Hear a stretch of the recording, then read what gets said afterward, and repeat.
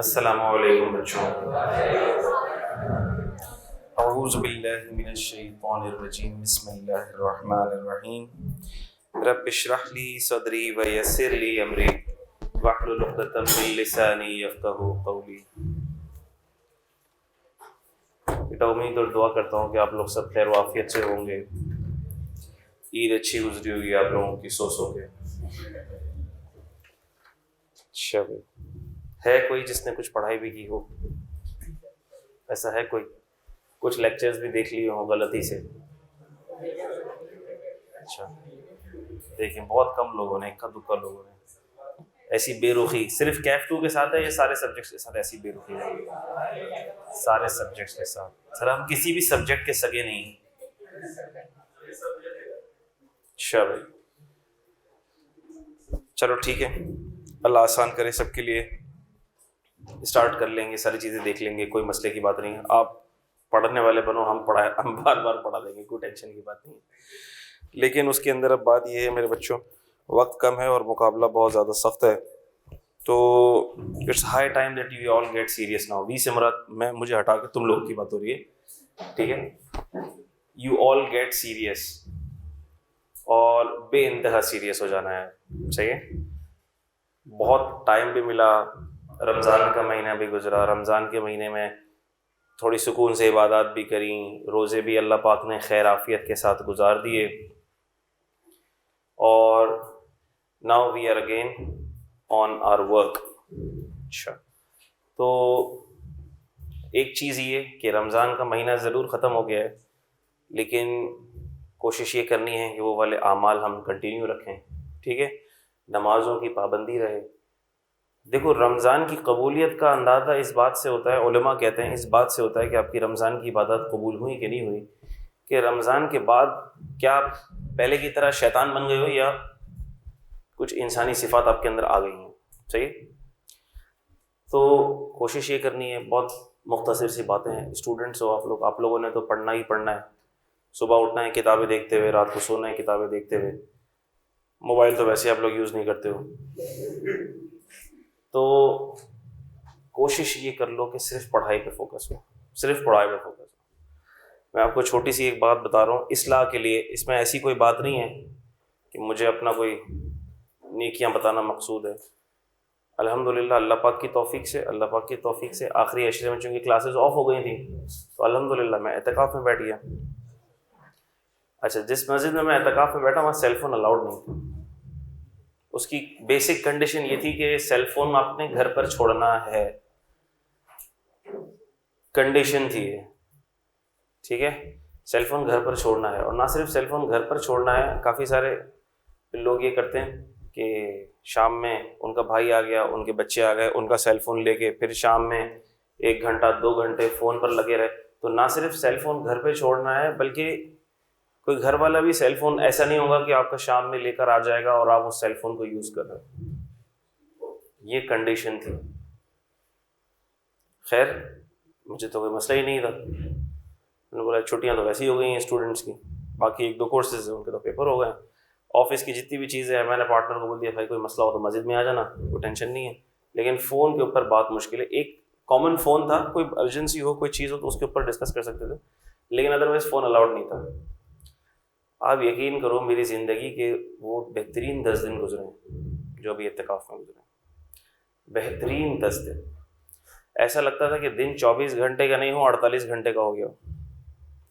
वक्त ही वक्त नज़र आने लगा, और वो वक्त इबादत के लिए अल्लाह के करम से जो वक्त था, फिर जो अल्लाह पाक की तौफीक हुई, अल्लाह पाक की तौफीक से जितनी इबादत हो सकी वो इबादत हुई, और अमाल हुए, बयानात हुए, ये सब चीज़ें इमाम साहब करते थे। ऐसी बात है, उसके अंदर शिरकत का मौका मिला।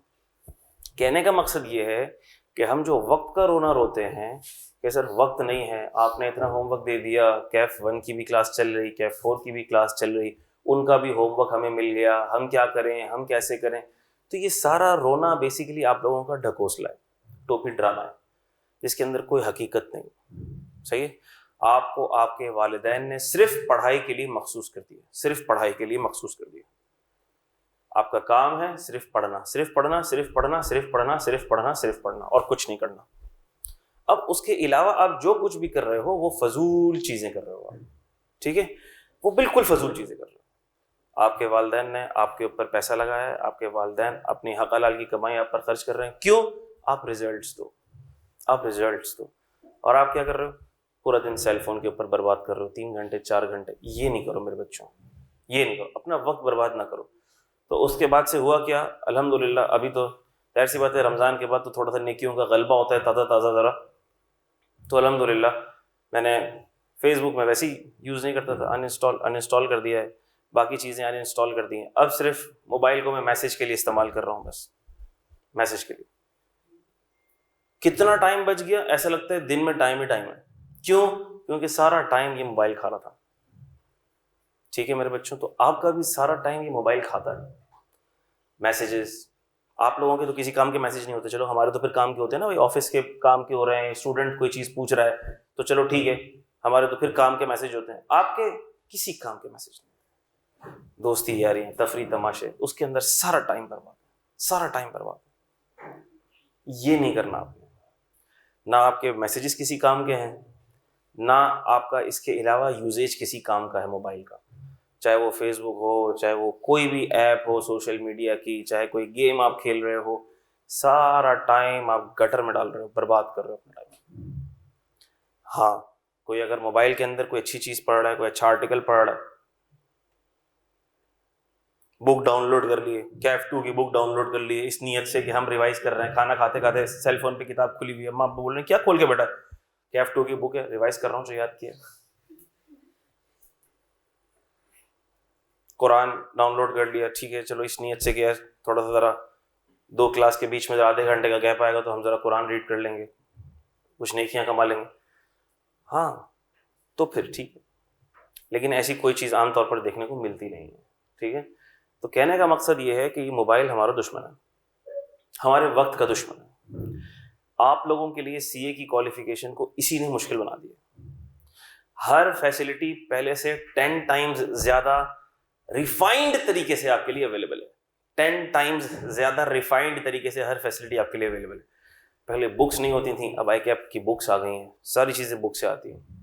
पहले एग्जाम किट नहीं होती थी, अब एग्जाम किट भी आ गई है। पहले पास पेपर के सॉल्यूशंस नहीं होते थे, अब सारे पास पेपर के सॉल्यूशन, ये अपने टाइम की बात बता रहा हूँ जब मैंने पेपर दिया, पास पेपर के सॉल्यूशंस नहीं होते थे, अब पास पेपर के सॉल्यूशंस भी सारे होते हैं। पहले ऑनलाइन लेक्चर्स रिकॉर्डिंग वगैरह का सीन नहीं होता था, अब रिकॉर्डिंग भी अवेलेबल है। एक लेक्चर समझ में नहीं आता, 10 दफ़ा देख लो, देख लो, लेकिन हर फैसिलिटी पहले से 10 दफ़ा ज़्यादा होने के, 10 टाइम्स ज़्यादा रिफाइंड होने के बावजूद भी बच्चा पढ़ नहीं रहा। क्या वजह? आप लोगों की नाअहली, नालायकी और सेलफोन जो आपका वक्त किल कर रहा है। चूंकि रमज़ान के बाद थोड़ा सा ज़रा नेकियों का गलबा ज़्यादा होता है, इंसान में इंसानियत और शराफत थोड़ी सी ज़्यादा होती है, इसलिए आज अगर आप लोग ये तहैया कर लोगे, आज आप लोग अपने आप से ये कमिटमेंट कर लोगे कि हम अपना वक्त सेल फोन को नहीं देंगे, हम अपना वक्त किसी फजूल चीज़ के अंदर नहीं लगाएंगे, हमारा सेल फोन का टाइम पूरे दिन का आधे घंटे 1 घंटे से ज़्यादा नहीं होना चाहिए। अगर हम पर 1 घंटे से ज़्यादा सेल फोन का टाइम अगर हमारा आया तो हम अपनी पॉकेट मनी का 25% सदका करेंगे। पेनल्टी लगाओ अपने ऊपर, पेनल्टी लगाओ।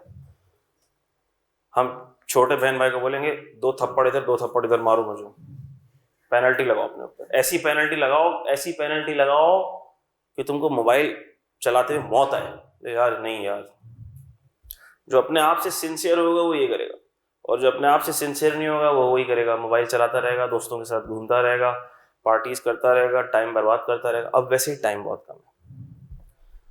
ठीक है, इतनी छुट्टियां आप लोगों ने वैसे गुजार ली, फिर ईद की छुट्टियां आएंगी, फिर मुहर्रम की छुट्टियां आएंगी, और इन मामलात में मैं थोड़ा सा ज़रा जालिम किस्म का टीचर हूँ। छुट्टियाँ जितना कम से कम हो सकती हैं, स्क्वीज हो सकती हैं, मैं आप समझ रहे हो ना। और फिर हम वैसे ही आपको पता है पढ़ा पढ़ा के इतनी तो अल्लाह पाक ने समझ दे दी हुई है, 5 दिन तो वैसे क्लासेस होंगी, लेकिन अगर ज़्यादा छुट्टियाँ आईं और मुझे ऐसा लगा कि रेस अगेंस्ट टाइम पीछे जा रही है, तो अल्लाह पाक ने सैटरडे संडे जैसी नेमत से भी हमें नवाजा हुआ है। ठीक है वही बात। और ये आप लोगों के लिए कोर्स आप लोगों ने ख़त्म करना है, पेपर आप लोगों ने देने हैं, और बल्कि आप लोगों को थैंकफुल होना चाहिए। सर जितना ज़्यादा आप पढ़ाएंगे we will be thankful to you, क्योंकि हमारे तो ज़िंदगी का मकसद ही पढ़ना है, हमारा तो काम ही पढ़ना है। ये तो आप हैं जो इतना कीमती वक्त निकाल कर आ रहे हैं, हमें पढ़ा रहे हैं, हमारी फिक्र कर रहे हैं, हमारा कोर्स खत्म कराने की फिक्र कर रहे हैं, हमें पास कराने की फिक्र कर रहे हैं, ठीक है।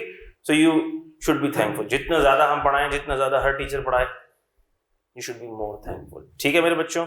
तो इसी माइंडसेट के साथ, इसी स्ट्रेटेजी के साथ, अल्लाह का नाम लेकर हम अपने कोर्स को वापस से रिज्यूम करते हैं, गो के आगाज ही करते हैं, क्योंकि हमने कोई ज्यादा चीजें नहीं पढ़ी थी। अगर आपने देख ली होती तो मुझे ज़्यादा खुशी होती, लेकिन हम थोड़ा सा ज़रा उन चीज़ों को भी कवर करेंगे, कवर करते हैं, बेसिक चीज़ों को भी हम कवर कर लेते हैं, ठीक है, कोई मसले की बात नहीं है। 2 4 5 क्लासेस लग जाएंगी, लेकिन वो चीज़ें भी कवर हो जाएंगी, ठीक है। लेकिन पेस थोड़ी सी ज़्यादा होगी, कोर्स भी तो ख़त्म होना है। अच्छा, और उसूल बहुत सिंपल है। क्या? मेरी स्पीड जितनी भी हो कम ही रहती है, यानी कि हर बच्चे को मेरी कोशिश होती है कि समझ आ जाए। हर बच्चा, बोलने का अंदाज मेरा बहुत ज़्यादा तेज़ नहीं है कि आप पिक ना कर पाओ। हाँ, लेकिन अगर फिर भी कोई बात आपके ऊपर से गुजर रही है तो आप मुझसे ज़रूर पूछो। अगर आपने पूछा नहीं तो इसमें मेरा कसूर नहीं है। प्लीज़ डू आस्क, हाथ रेस कर लो। आपके जहन में कोई सवाल आ रहा है, मैं फ्लो में हूँ, आपने हाथ रेस किया, मैंने देख लिया, मैं आपसे बाद में पूछ लूँगा।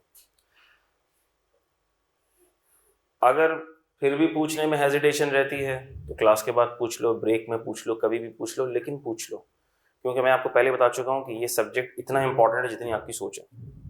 चाहिए one of the core subject of chartered accountancy. इस सब्जेक्ट के अंदर अगर आपकी कॉन्सेप्चुअल डेफिशिएंसी रह जाएगी तो ये बहुत बड़ा नुकसान है आपके लिए, और हर बंदा अपने नुकसान का खुद जिम्मेदार है, ठीक है मेरे बच्चों। बिस्मिल्लाहिर्रहमानिर्रहीम, आगाज कर लेते हैं हम अपने डिस्कशन का। और सबसे पहला टॉपिक जो हम लोग पढ़ रहे थे, डिस्कस कर रहे थे, वो था हमारा इनकम का। ऐसे ही था? अच्छा भाई, ये मार्कर के अंदर तो इंक खत्म है बेटा। आप देखते हो बाहर कोई है? एडमिन का बंदा है, स्कूल सर बुला रहे हैं। शुक्र अल्हम्दुलिल्लाह।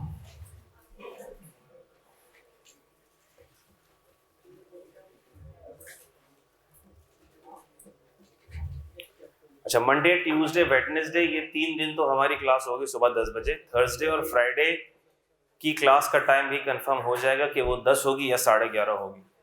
है कोई आ रहा है? ठीक है, वही बात, वो भी आप टाइम टेबल में देख लेंगे।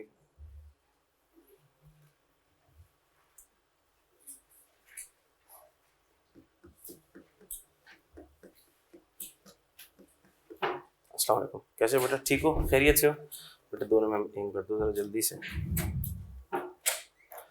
शब, तो हमने अपने डिस्कशन का आगाज कर दिया था, इनकम टैक्स के डिस्कशन का हमने आगाज कर दिया था। सबसे पहले हमने कुछ एक ब्रॉड ओवरव्यू देखा था कि टैक्स का रोल है क्या हमारी इकोनॉमी के अंदर, ठीक है। Tax is a fiscal measure of revenue collection, ठीक है। जो टैक्स आप देते हैं, आपकी जेब से निकलता है, वो गवर्नमेंट का रेवेन्यू है। गवर्नमेंट का रेवेन्यू है। गवर्नमेंट अपने सारे साल के एनुअल एक्सपेंडिचर्स प्लान करती है उस रेवेन्यू को मद्देनजर रखते हुए, जिसको हम कहते हैं एनुअल बजट। एनुअल बजट बनता है साल के शुरू में। हर साल जून में बजट अनाउंस होता है, जिसकी आप तैयारियां देख रहे होंगे। अगर न्यूज़ से आपको थोड़ा बहुत लगाव है, शगफ है, तो आप देखते होंगे कि रिटेलर्स के लिए ये पॉलिसी आने वाली है, इसके लिए ये पॉलिसी आने वाली है, बजट में इसके लिए ये चेंजेस आने वाली हैं। तो वो सारी की सारी चेंजेस आएंगी, जून में आएंगी। जून में जो बजट अनाउंस होगा उसमें वो सारी चेंजेस आएंगी, और वो बजट एप्लीकेबल होगा आने वाले फाइनेंशियल ईयर के लिए। और मैंने आपको बताया था कि फाइनेंशियल ईयर चलता है 1 जुलाई 2000, जो भी ईयर फिस्कल ईयर शुरू हो रहा होगा 1 जुलाई से 30 जून तक का फाइनेंशियल ईयर चलता है। यानी कि आगे आने वाला या अगला आने वाला फाइनेंशियल ईयर जो होगा वो 1 जुलाई 2024 से शुरू होगा और 30 जून 2025 पर खत्म होगा। उस फाइनेंशियल ईयर का बजट आएगा जून में, जो गवर्नमेंट अनाउंस करेगी, जो भी प्रिवेलिंग गवर्नमेंट होती है वो अनाउंस करती है, ठीक है। और मैंने आपको पूरा एक बजट का खाका बताया था कि उसके अंदर क्या क्या चीजें होती हैं। उसके अंदर expenses, income, expenses, income expenses दोनों साइड्स होती हैं। इनकम बेसिकली क्या है? आपकी जेब से जो टैक्स निकल रहा है वो गवर्नमेंट का रेवेन्यू है। तो गवर्नमेंट का टैक्स रेवेन्यू भी होता है, नॉन टैक्स रेवेन्यू भी होता है। टैक्स रेवेन्यू के अंदर भी मल्टीपल एस्पेक्ट्स हैं। इनकम टैक्स से कितना कलेक्ट होगा, सेल्स टैक्स से कितना कलेक्ट होगा, कस्टम ड्यूटी से कितना कलेक्ट होगा, एफईडी से कितना कलेक्ट होगा, ठीक है। उसका मैंने आपको ब्रेक डाउन एक पूरा बताया था। अच्छा, फिर हमने ये भी डिस्कस किया था कि डायरेक्ट टैक्सेस और इनडायरेक्ट टैक्सेस क्या होते हैं। डायरेक्ट टैक्सेस जिसकी मिसाल इनकम टैक्स है और इनडायरेक्ट टैक्सेस जिसकी मिसाल सेल्स टैक्स है। डायरेक्ट टैक्स और इनडायरेक्ट टैक्स के अंदर जो बुनियादी फर्क है, बेसिक फर्क है, सबसे पहले तो नाम से ही जाहिर है, डायरेक्ट टैक्स। डायरेक्ट टैक्स वो टैक्स जो डायरेक्टली इनकम पर अप्लाई हो रहा है, आपकी अर्निंग पर अप्लाई हो रहा है, वो इनकम टैक्स है। ठीक होगी बात। जैसे मैंने आपको बताया था, कोई बंदा सैलरी अर्न कर रहा है, सैलरी पर टैक्स लग रहा है, डायरेक्टली सैलरी पर टैक्स लग रहा है। कंपनी प्रॉफिट अर्न कर रही है, कंपनी की जो अर्निंग्स है, कंपनी का जो प्रॉफिट है, उस पर डायरेक्टली 29% का टैक्स लग रहा है, वो कॉर्पोरेट इनकम टैक्स है, इनकम टैक्स है। ठीक है। फिर दूसरा इनडायरेक्ट टैक्स। इनडायरेक्ट टैक्स नाम से ही जाहिर है कि ये डायरेक्टली इनकम पर नहीं लगता, लेकिन इनडायरेक्टली जाता तो जेब से ही है। ये मैंने सिर्फ सोच और समझने के लिए, आपको थोड़ा सा आसान करने के लिए ये कॉन्सेप्ट दिया था। इनडायरेक्ट टैक्स डायरेक्टली इनकम पर नहीं लग रहा। मैंने एग्जांपल दी थी कंजम्पशन की, जूस कंज्यूम हो रहा है, बिस्किट कंज्यूम हो रहा है, पेट्रोल कंज्यूम हो रहा है, याद है आपको? अच्छा, डायरेक्ट टैक्स का उसूल क्या था कि burden of tax and payment of tax is on same person. जज़ाकल्लाह बेटा, बहुत शुक्रिया। ठीक है भाई, मैं थोड़ा सा जरा रिकैप कर रहा हूं, अभी रिकैप चल रहा है। ठीक है, तो direct tax versus indirect tax, burden of tax and payment of tax is on same person. ये डायरेक्ट टैक्स का उसूल था। मेरी सैलरी है, मेरी इनकम है, मेरा टैक्स है, तो बर्डन ऑफ टैक्स भी मुझ पर है, मेरी जेब से टैक्स निकलेगा, और पेमेंट ऑफ टैक्स भी करने की प्राइम रिस्पॉन्सिबिलिटी किसकी है? प्राइम रिस्पॉन्सिबिलिटी किसकी है? मेरी है। प्राइम रिस्पॉन्सिबिलिटी क्यों कह रहा हूं सर? कोई प्राइमरी रिस्पॉन्सिबिलिटी, कोई सेकेंडरी रिस्पॉन्सिबिलिटी, कुछ ऐसी बातें भी होती हैं। हमने कहा हाँ होती हैं, ये बाद में आएगी बातें। चाहिए मेरा टैक्स मेरे अलावा कोई और भी जमा करा रहा होगा, ये आएगी आगे बात। चाहिए, लेकिन प्राइमरी रिस्पॉन्सिबिलिटी किस पर है? मेरे टैक्स की मुझ पर है। किसी और पर अगर रिस्पॉन्सिबिलिटी आई भी है तो वो प्राइमरी नहीं होगी। मेरा टैक्स है तो एफबीआर मेरी गर्दन, मेरा गला पहले पकड़ेगा, आपका टैक्स जमा नहीं। बात समझ आती? तो प्राइमरी रिस्पॉन्सिबिलिटी मुझ पर है। Payment of tax, burden of tax and payment of tax is on same person. और सेल्स टैक्स में क्या बात हुई थी हमारी? इनडायरेक्ट टैक्स में क्या बात हुई थी हमारी? Payment of tax and burden of tax is not on same person, not different person. ठीक है, उसके मैंने आपको एग्जांपल दी थी आपको मैंने। आप जो जूस ले रहे हो, मिसाल के तौर पर अगर 120 रुपए का जूस है, 20 रुपए का सेल्स टैक्स है, तो आप दुकान वाले को ये नहीं बोलते हो कि भाई ये तो सेल टैक्स है, ये तो मैं गवर्नमेंट में जाके जमा कराऊंगा। ऐसा बोलता है कोई? पूरे 120 रुपए किसको दे देते हो आप? दुकानदार को दे देते हो। निकले किसकी जेब से? आपकी ही जेब से निकले। तो बर्डन भी किसकी जेब पे आया? आपकी जेब पे आया। बर्डन आपकी जेब पे आया। लेकिन क्या ये टैक्स गवर्नमेंट को आपने जमा कराया है? नहीं, आपने ये पैसे पूरे के पूरे दुकानदार को यानी रिटेलर को दे दिए। अब ये टैक्स उस रिटेलर की जिम्मेदारी है किसको जमा कराना? गवर्नमेंट को जमा कराना। तो payment of tax and burden of tax are not on same person. Burden तो आप पर आया, बर्डन तो एंड कंज्यूमर पर आया। याद है मैंने बोला था बर्डन किस पर आता है? लिखवाया भी था, रजिस्टर में लिखा हुआ होगा कहीं ना कहीं आपके पास। बर्डन किस पर आता है? एंड कंज्यूमर पर आता है। बर्डन किस पर आता है भाई? एंड कंज्यूमर पर आता है। लेकिन क्या पेमेंट ऑफ टैक्स गवर्नमेंट को एंड कंज्यूमर कर रहा है? नहीं sir, payment of tax government को एंड कंज्यूमर नहीं कर रहा, पूरी सप्लाई चेन की रिस्पॉन्सिबिलिटी होती है। बड़ा इंटरेस्टिंग कॉन्सेप्ट है, लेकिन अभी नहीं डिस्कस होगा, ये सेल्स टैक्स के साथ डिस्कस होगा, जो कि हमारे कोर्स का आखिरी टॉपिक होगा। ठीक है, अभी के लिए इतना ही कॉन्सेप्ट काफी है डायरेक्ट और इनडायरेक्ट टैक्स का। फिर हमने कहा कि अब हम इनकम टैक्स को क्लिक करेंगे, क्योंकि सबसे पहले हम इनकम टैक्स के टॉपिक को स्टडी करेंगे, इनकम टैक्स को पढ़ेंगे। ऑनलाइन वाले बच्चों को आवाज आ रही है, मैं उम्मीद करता हूँ सना बीच में आवाज बना। इनकम टैक्स को हम फोकस करेंगे, इनकम टैक्स को हम पढ़ेंगे, ठीक है, और बहुत पढ़ेंगे, बहुत टाइम तक पढ़ेंगे, पढ़ते ही रहेंगे, फिर जाके खत्म हो गई। अच्छा, इनकम टैक्स में मैंने आपको टैक्स का मतलब बताया था। टैक्स का मतलब होता है any charge, any levy, any fee, ठीक है, और अंग्रेजी जुबान में इसका मतलब बर्डन भी होता है। टैक्स का मतलब बर्डन। अब मेरी सैलरी है, मिसाल के तौर पर महीने की 2 लाख रुपए सैलरी है। अच्छा, जब भी मैं इनकम की बात करूंगा, मैं एनुअलाइज्ड टर्म्स में बात करूंगा। किस में बात करूंगा? एनुअलाइज्ड टर्म्स में बात करूंगा। तो मेरी 24 लाख रुपए सैलरी है साल की, चाहिए। अब उस 24 लाख रुपए के ऊपर टैक्स लगेगा। कैसे लगेगा हम सीखेंगे भी। 24 लाख के ऊपर 2 लाख रुपए का टैक्स लग गया, तो क्या ये मेरी जेब से जा रहा है? जी। क्या ये मुझ पे बर्डन है? जी बर्डन है। और मैंने आपको बताया था ये बर्डन है ऑन डिस्पोजेबल इनकम। पैसे निकल गए, जेब तो मेरी हल्की हो गई, लेकिन सर जेब हल्की हो गई लेकिन दिल पे चोट तो लगी, पैसे निकले, तो ये बर्डन ऑन डिस्पोजेबल इनकम, मेरी इनकम में से अमाउंट कम हो गई, उस पर बर्डन है। टैक्स इज अ बर्डन, तो देने वाले पर बर्डन है और जिसको मिल रहा है उसके लिए क्या है? ये रेवेन्यू, इनकम। सही। और गवर्नमेंट ने ये चार्ज इंपोज किया है, गवर्नमेंट ने ये लेवी इंपोज की है। इसके ऊपर कभी डिटेल में बाद में डिस्कस करेंगे क्यों टैक्स इंपोज किया। सर क्या इस्लामिक सिस्टम में टैक्स का कॉन्सेप्ट है, होना चाहिए? क्योंकि हम देखते हैं कि सऊदीया के अंदर पर्सनल टैक्सेशन तो नहीं है, इंडिविजुअल के ऊपर टैक्सेशन नहीं है। सऊदीया के अंदर किसी को सैलरी मिलती हो, अगर आपको पता हो, हम बात करेंगे इस पर थोड़ी सी। सऊदीया के अंदर किसी को सैलरी मिलती हो तो उसके ऊपर टैक्स नहीं कटता। दुबई में जो लोग काम करते हैं उनको सैलरी मिलती है, उनके ऊपर टैक्स नहीं कटता। कॉर्पोरेट टैक्स अब इंट्रोड्यूस कर दिए उन्होंने भी, लेकिन जो इंडिविजुअल्स हैं उनकी सैलरी पर टैक्स नहीं कटता। बहरेन में, कतर में उनकी सैलरी पर इनकम टैक्स नहीं कटता, नहीं होता, नहीं लगता। पाकिस्तान में क्यों लगता है? क्या ये टैक्स का निज़ाम इस्लामी निज़ाम है, नहीं है? तो ये एक अलग डिस्कशन है, एक अलग डिबेट है। कभी मौका मिला, लंबी क्लास हुई, बीच में थोड़ा सा ज़रा समझ रहे हो आप, रिलैक्सिंग एलिमेंट चाहिए होगा तो कभी इस पर हम बात करेंगे, ठीक है। लेकिन बाहर तौर जो डेवलप्ड नेशंस होते हैं, अब आप बोलोगे सर हमारा तो डेवलप्ड नेशन भी नहीं है, डेवलपिंग नेशन है। अगर फिर सही है, जिधर करप्शन होती है उधर पेट भरने के लिए टैक्स लगाना पड़ता है ज़्यादा। खैर, कहने का मकसद ये है, मुख्तसर मैं इस पर बात करूं, मुख्तसर अगर मैं 5 मिनट के अंदर इसके ऊपर थोड़ी सी डिस्कशन कर लूं, तो टैक्स का जो कॉन्सेप्ट है, टैक्सेशन का जो कॉन्सेप्ट है, जाहिर सी बात है कि अब उसके ऊपर डिबेट्स है, स्कॉलर्स का इसके ऊपर मुख्तलिफ व्यू है, इस्लामिक स्कॉलर्स का।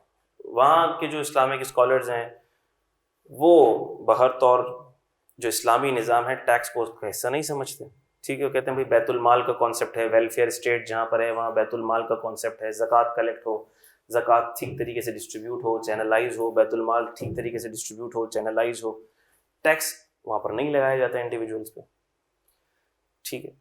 अच्छा, अब हमारे जैसे कंट्रीज हैं जो डेवलपिंग नेशंस हैं, अब वहाँ पर तो तेल भी निकल रहा है ना भाई, वहाँ पर तो सऊदीया में तो तेल भी निकल रहा है, और भी रेवेन्यू के सोर्सेज हैं जहाँ से पैसे आ रहे हैं, ठीक है। तो वहाँ तो इकोनॉमी वैसे ही फ्लरिश कर रही है, बूम कर रही है। लेकिन यहाँ पर पाकिस्तान में, जहाँ पर हमारे पास पॉलिटिशियंस भी ज़रा करप्ट किस्म के हैं, और रिसोर्सेज तो अल्लाह पाक ने दी हैं, लेकिन उसकी यूटिलाइजेशन भी हम कम गौर और फिक्र करते हैं, दूसरे रेवेन्यूज़ के ऊपर, शॉर्टकट रेवेन्यूज़ के ऊपर हम ज़रा ज़्यादा फोकस करते हैं।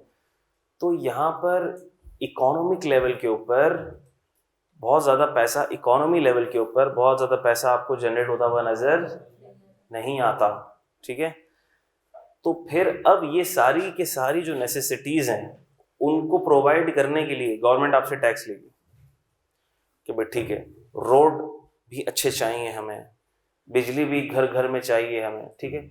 अब उस पर एक व्यू ये आता है कि भाई पहले तो टैक्स नहीं था, अब क्यों टैक्स है? तो उसके ऊपर एक व्यू ये आता है कि भाई पहले तो होते भी सहरा थे, रोड भी नहीं होते थे, पहले तो फिर पैदल सफ़र होता था, घोड़ों और खच्चरों पे सफ़र होता था, तो फिर आप भी गाड़ियों पे सफ़र ना करें भाई, आपको भी फिर अच्छे रोड क्यों चाहिए, ठीक है। पहले ज़माने के तो बादशाह भी एसी में नहीं सोते थे, आपको क्यों एसी चाहिए भाई, क्यों बिजली चाहिए, ठीक है। पहले ज़माने में तो जो बादशाह होते थे उनकी खादमाएँ यूँ पंखा, ऐसे होते थे ना, खादिम खादमाएँ यूँ पंखा, पंखे से हवा होती थी। वहाँ पर तो ड्रेनेज सिस्टम भी नहीं होता था, ठीक है, इस तरह का निज़ाम भी नहीं होता था। लेकिन अब आज आपको सारी की सारी वो सारी फैसिलिटीज़ चाहिए, आपको सारी एमिनिटीज़ चाहिए, ठीक है। बाय एयर भी सफ़र करना है, रोड के ऊपर गाड़ियाँ भी चलानी है, अच्छे रोड भी चाहिए, गाड़ियों में भी ट्रैवल करना है, एसी में भी सोना है, बिजली भी चाहिए, पंखा भी चाहिए, सेलफोन भी चाहिए, 4G भी चाहिए, 5G भी चाहिए, तो सारी फैसिलिटीज़ जब आपको चाहिए, so every facility has its cost. तो फिर ठीक है भाई, आप कमाओ, पैसे दो, फिर गवर्नमेंट को पैसा आप पर लगाएगी। ज़्यादा जिसकी इनकम है उससे ज़्यादा टैक्स लेगी, ज़्यादा टैक्स लेकर इकोनॉमी पे खर्च होगा, इकोनॉमी में सारे आते हैं, कम सैलरी वाले भी आते हैं, कम अर्निंग वाले भी आते हैं, ज़्यादा अर्निंग वाले भी आते हैं। तो टैक्स का एक निज़ाम ये भी है कि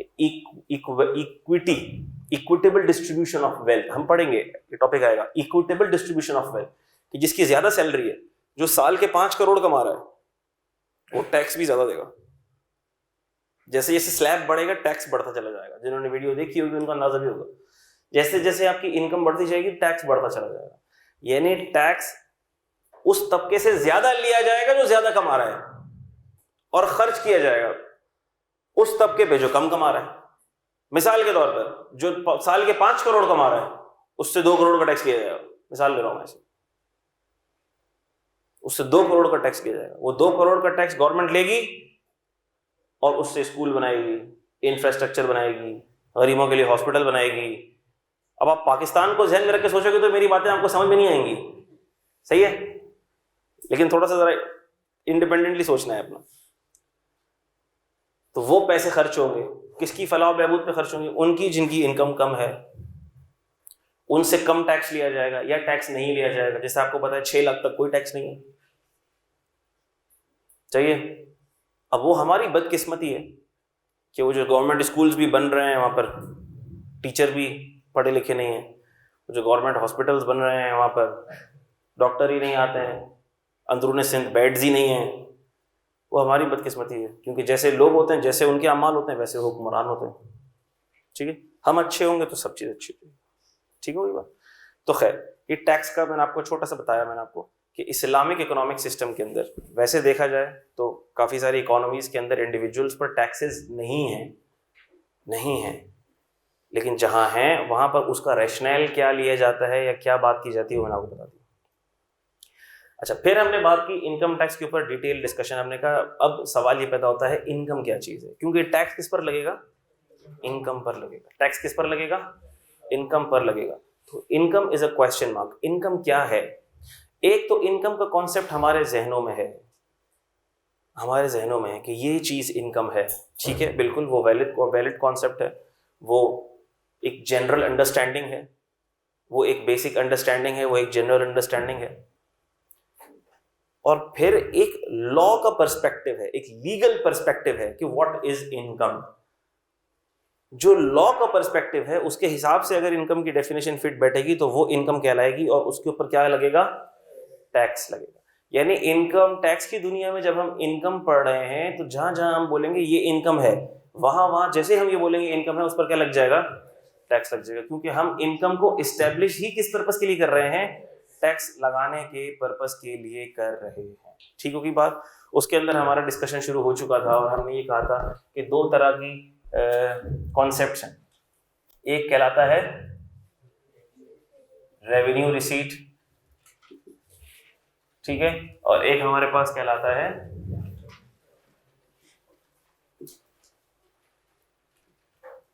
कैपिटल रिसीट। रेवेन्यू रिसीट और कैपिटल रिसीट। रेवेन्यू रिसीट हमने कहा भाई अभी हमें नहीं पता क्या इनकम है क्या इनकम नहीं है, लेकिन क्या हर आने वाला माल इनकम है? नहीं है। तो हमने कहा जो आने वाला माल इनकम है उसको हमने नाम दे दिया रेवेन्यू रिसीट का, और जो आने वाला माल इनकम नहीं है उसको हमने क्या नाम दे दिया? कैपिटल रिसीट किया।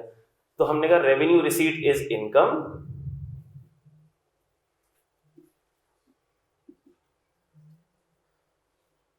unless specifically exempt under the ordinance। ऐसा ही था, unless specifically exempt under the ordinance। और फिर मैंने exemptions की आपको मिसालें भी दी थी कुछ, ठीक है। एग्रीकल्चरल इनकम मैंने कहा था exempt है, सैलरी पढ़ेंगे उसमें कुछ exemptions आएंगी, रेंट पढ़ेंगे उसमें कुछ exemptions आएंगी। ये तो अब हर हेड पढ़ेंगे ना, ये तो मैंने आपको अभी इक्का दुक्का चुन्नी सी मिसालें दी हैं। जब आप हर इनकम टैक्स का हेड पढ़ेंगे ना तो वो एग्जेम्पशंस की मिसालें आपके पास खुद इतनी सारी हो जाएंगी। बोलेंगे अच्छा इसमें ये एग्जेम्प्ट है, ये एग्जेम्प्ट है, ये एग्जेम्प्ट है, क्योंकि हमें हर हेड की एग्जेम्पशंस पढ़नी है। क्यों जरूरी है हर हेड की एग्जेम्पशंस पढ़ना? कि उस एग्जेम्प्ट इनकम पर टैक्स नहीं होगा। अगर आपने टैक्स लगा दिया तो ये गलत कर देंगे, आप मार्क्स कटिएगा। ठीक, तो रेवेन्यू रिसीट इनकम है unless specifically exempt under the ordinance. अच्छा सर, तो फिर टैक्स कौन सी होगी? उसके लिए मैंने कहा था कि 5 हेड्स ऑफ इनकम है। कौन कौन से थे बताओ? सैलरी था, इनकम फ्रॉम प्रॉपर्टी था, कैपिटल गेन था, बिजनेस इनकम था, बिजनेस इनकम था और इनकम फ्रॉम, ये 5 हेड्स ऑफ इनकम थे, याद आ रहा है? जिसमें हमने मोटा मोटा ये देखा था कि हमारी अभी बेसिक अंडरस्टैंडिंग के हिसाब से 5 हेड्स की लॉजिक बैठती है। कैसे बैठती है? हमें अभी पता है कि सर सैलरी कोई अर्न करता है, ये सैलरी उसकी इनकम है। अभी हमें इस पे बहुत ज्यादा डिटेल में बात करने की जरूरत नहीं है, ये बताने के लिए कि ये इस्टेब्लिश करने के लिए कि सैलरी इनकम है या नहीं है, इसके ऊपर हमें बहुत डिटेल में बात करने की जरूरत नहीं है, क्योंकि हम में से हर एक के लाशऊर में भी सैलरी इनकम ही है। बात समझ आ रही है? इसी सैलरी की लालच में हमने सीए का प्रोफेशन ज्वाइन किया, ठीक है? आज किसी कामयाब आदमी को हम जॉब पे देखते हैं तो हम उससे पूछते हैं यार इसकी सैलरी क्या होगी, सोचते हैं बहुत ज्यादा सैलरी होगी, इसका मतलब अर्निंग। हमें पता है कि वो जो सैलरी है वो उसकी इनकम है। इनकम फ्रॉम प्रॉपर्टी, जिसको मैंने क्या बताया था, क्या है ये है रेंटल इनकम। अब अगर किसी की प्रॉपर्टी है, इमूवेबल प्रॉपर्टी वो ओन करता है, लैंड ओन करता है, बिल्डिंग ओन करता है, शॉप ओन, अभी इसकी डिटेल में नहीं जा रहा, टेक्निकल अल्फाज पे गौर करने की जरूरत नहीं, क्योंकि जब हम इस हेड को डिस्कस करेंगे तो हर छोटी और बड़ी टेक्निकलिटी हमने पढ़नी ही पढ़नी है, उसके बगैर हेड कंप्लीट ही नहीं होगा। अभी बहुत ज्यादा डीप में जाने की बिल्कुल जरूरत नहीं है, क्योंकि ये 5 चीजें अगर तो मैंने आज तुम्हें समझा दी तो हमें कल से सेल टैक्स शुरू करना पड़ेगा, इनकम टैक्स खत्म हो जाएगा। तो ये आज 5 चीजें समझ आएंगी नहीं तुम्हें। ये 5 चीजें तो हाइपर लिंक्स हैं। सैलरी पे क्लिक करोगे तो सैलरी का पूरा टॉपिक खुलेगा, चैप्टर खुलेगा, जिसके ऊपर हमें 1 महीना लगेगा, 1-1.5 महीना लग जाएगा। फिर अगला टॉपिक आईएफपी, क्लिक करोगे तो आईएफपी का टॉपिक खुलेगा। ये सारी चीजें हम पढ़ेंगे, ये 5 हेड्स पढ़ लेंगे, इनकम टैक्स खत्म हो जाएगा। तो मैं तुम्हें अभी ये सारी चीजें आज की क्लास में नहीं समझा सकता। हाँ, हम एक ब्रॉड ओवरव्यू समझ सकते हैं, ब्रॉड ओवरव्यू, इसमें है क्या, मोटा मोटा इसमें है क्या, बात समझ आ रही? Salary, income from property, rental income, किसी ने शॉप किराए पे दे दी, उसको किराया मिल रहा है। किसी का घर है, उसने घर किराए पे दे दिया टेनेंट को, उसको किराया मिल रहा है। तो हाँ सर ये उसकी इनकम है, इस पर टैक्स लगना चाहिए। बात समझ आ रही है? कैपिटल गेन, कोई शेयर्स में डीलिंग कर रहा है, उसने शेयर्स बेच के नफा कमा लिया, उसके ऊपर टैक्स लगना चाहिए। उसके पास, किसी के पास कोई फ्लैट है, उसने वो फ्लैट सेल कर दिया, उसको फ्लैट सेल करने पे नफा हो गया, इनकम है, उसके ऊपर टैक्स लगना चाहिए।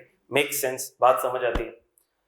बिजनेस इनकम मुझे समझाने की जरूरत ही नहीं है, माशाल्लाह अकाउंटिंग पढ़ के आ रहे हो, उसमें जितनी कंपनियों की पीएनएल बनाए वो सारे बिजनेस इनकम थे भाई, उनकी बिजनेस इनकम थी। ट्रेडिंग कर रहे हैं तो गुड सेल परचेज कर रहे हैं, मैन्युफैक्चरिंग कर रहे हैं तो रॉ मटेरियल परचेज कर रहे हैं, उसकी प्रोसेसिंग कर रहे हैं, फिनिश गुड्स बना रहे हैं और फिनिश गुड्स सेल कर रहे हैं, तो उनका बिजनेस है। इसी तरह सर्विस इनकम भी जिसकी होती है उसका बिजनेस होता है। मेरी फर्म है, मैं सर्विसेज सेल करता हूं, मेरा बिजनेस है, मेरी बिजनेस इनकम है। तो क्या ये इनकम है? जी इनकम है, इट मेक सेंस, लॉजिकल बात है। इसके अलावा भी कोई इनकम हो तो वो इनकम हो सकती है, उसके लिए कोई अलग से हेड स्पेसिफाइड नहीं है, वो फिर किसमें जाएगी? इनकम फ्रॉम, जैसे मैंने आपको एग्जांपल दी थी इंटरेस्ट इनकम। बैंक में आपने पैसे रखवा दिए हैं 20 लाख रुपए, अब हर महीने उसके ऊपर सूद आ रहा है, इंटरेस्ट आ रहा है, तो वो किधर जाएगा? Income from other sources. बात समझ आ गई? डिविडेंड आ रहा है, डिविडेंड समझते हो? डिविडेंड समझते हो? माशाल्लाह अकाउंटिंग के स्टूडेंट्स हो। डिविडेंड, कोई शेयर होल्डर है, किसी ने किसी कंपनी के शेयर्स लिए हुए, शेयर मतलब उस कंपनी का वो छोटा सा ओनर है, अब उसको जो प्रॉफिट डिस्ट्रीब्यूट होता है उसको डिविडेंड बोलते हैं। ठीक हो गई बात? तो डिविडेंड भी आ रहा है, तो अब वो डिविडेंड इन चारों में से किसी कैटेगरी में फॉल नहीं करता, तो वो किधर चले जाएगा? इनकम फ्रॉम अदर सोर्सेज में चला जाएगा। तो ये 5 हेड्स का मैंने आपको मुख्तसर एक हाईलाइट दे दी कि हमारे जहन में है कि हाँ सर ये चीजें इनकम है, तो जो पैसा इसकी मद में रिसीव हो रहा है वो भी इनकम है, रेवेन्यू रिसीट है। हाँ, लेकिन जिसको ऑर्डिनेंस कह दे कि ये एग्जेम्प्ट है तो फिर वो टैक्सेबल नहीं होगा, और हम देखेंगे कि हर हेड के अंदर कुछ ना कुछ एग्जेम्पशंस मौजूद होंगी। क्लियर होगी बात? लॉ बोल देगा कि ये टैक्सेबल नहीं है, इसको छोड़ दो, एग्जाम कर दो, इसको टैक्स नहीं करना, इसको हम इनकम से निकाल देंगे, टैक्सेबल इनकम से निकाल देंगे। सैलरी में देखो कितनी सारी चीजें आएंगी, पढ़ेंगे हम सारी चीजें, वो इनकम से निकाल देंगे। क्लियर होगी बात? फिर हमने देखा था capital receipt is not income. Capital receipt